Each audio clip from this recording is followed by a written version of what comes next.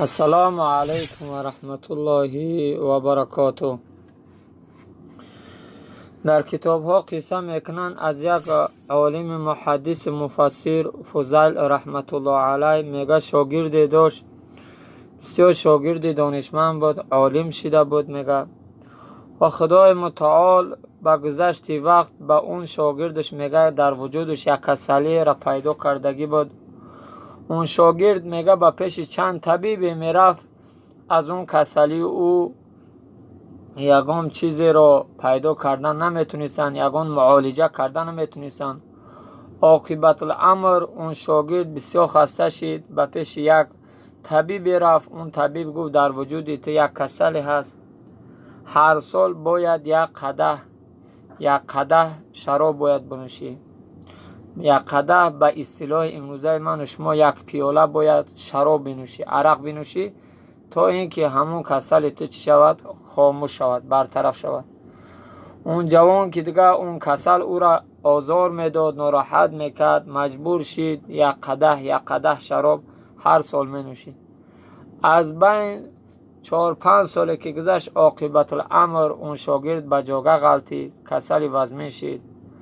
فضیل رحمت الله علیه که محدث بود، عالم که با شاگرد تربیت کردگی بود، به سر بالین شاگرد رفت و از شاگرد خود در پیشش شاگرد خود نشست و او را تلقین به شهادت کرد.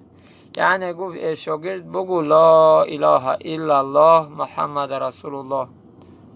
شاگرد نعوذ بالله گشت به طرف استاد خود، گفت من از این کلمه بیزار هستم و این کلمه را نمیگم. وقتی این گپ که فضیل که شنید، اشکاش جاری شد، ناراحت شد که این قوم شاگرد تربیت کردم، عاقبت الامر از این کلمه بیزار است. دیگه گریان شد. میگه فضیل از پیش شاگرد بیرون شد رفت. هفته نگذشت که او را به جنازه شاگرد دعوت کردند و فضیل هم حاضر نشد. استاد بزرگوارش در جنازه شاگرد اشتراک نکرد، در خانه خود گریان بود و او را میگه بردن در قبر گذاشتن. میگه هفته نگذشت که شاگرد خچه دید که در قهر جهنم، در دوزخ عذاب میکشه و با شاگرد خود سوال که ای شاگرد تو عالم بودی، ترا ملا بچه بودی، قرآن میخوندی، چرا با این عذاب گرفتار شدی؟ گفت یا استاد عزیز، در زندگی که الله بر من داد، در وجود من یک کسل بود و من نتونستم او را به سمع شما برسانم و اون کسل من بسیار دلزده کرده بود و یک طبیب بر من گفته بود که هر سال یک قدح شراب بنوشی، یک پیاله شراب بنوشی، اون کسلیت برطرف میشه. عاقبت الامر در یک سال یک بارم نوشیدم، اون کسلی از من برطرف نشید. همون عرق سبب شده من از دنیا ایمان نبردم. میگه همون شراب سبب شده من کلمه عرضه کردن نتونستم. امام ذهبی رحمت الله علیه در کتاب کبائر خود میگه ای بنده خدا، میگه ای بنده الله، میگه تو یک توجهی که یک نظری که بر این که اون بنده خدا بیمار بود، از روی بیماری میگه اون یک قدح شراب بنوشید.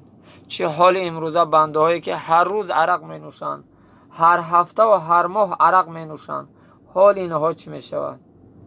اون برای بیماری در یک سال یک بار می نوشید، از کلمه لا اله الا الله در وقت جان دادن محروم شد. حال امروزه بنده هایی که هر روز عرق می نوشند.